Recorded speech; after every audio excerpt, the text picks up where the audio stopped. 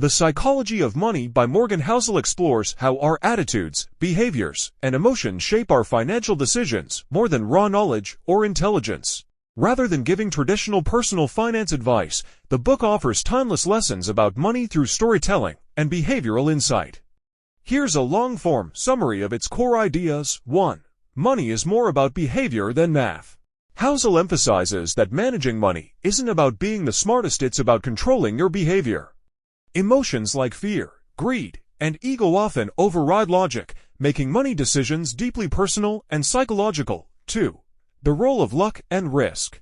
People's financial outcomes are often influenced by luck or risk more than effort.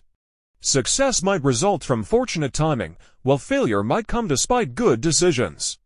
Thus, it's important not to judge others' financial choices or your own too harshly. 3. Never enough.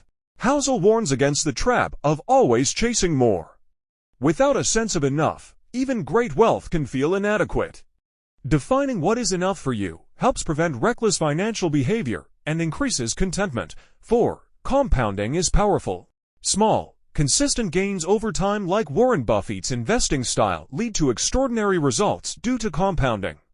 The key is to stay invested and avoid decisions that take you out of the game. 5. Tail events shape history. Financial success is often driven by a few rare events. Similarly, a small number of investments may produce the majority of returns. Patience and a long-term perspective help you stay ready for these impactful moments.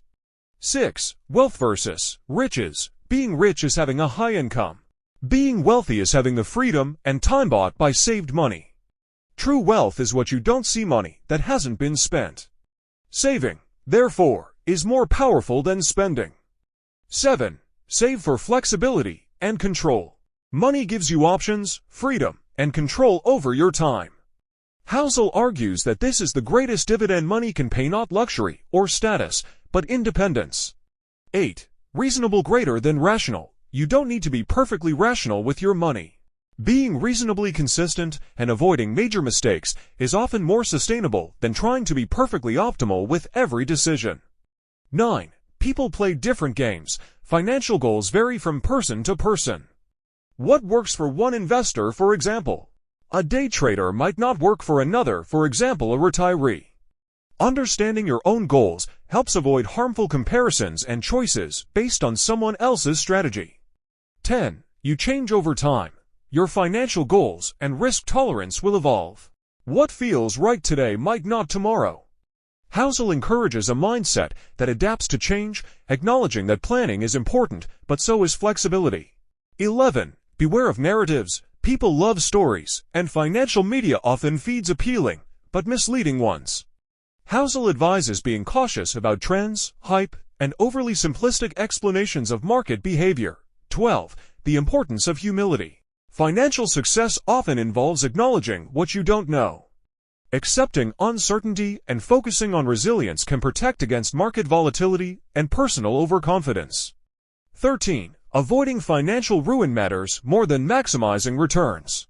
Staying in the game is more important than hitting home runs. Avoiding major financial disasters, debt, overspending, speculative baits ensures you can continue to build wealth over time.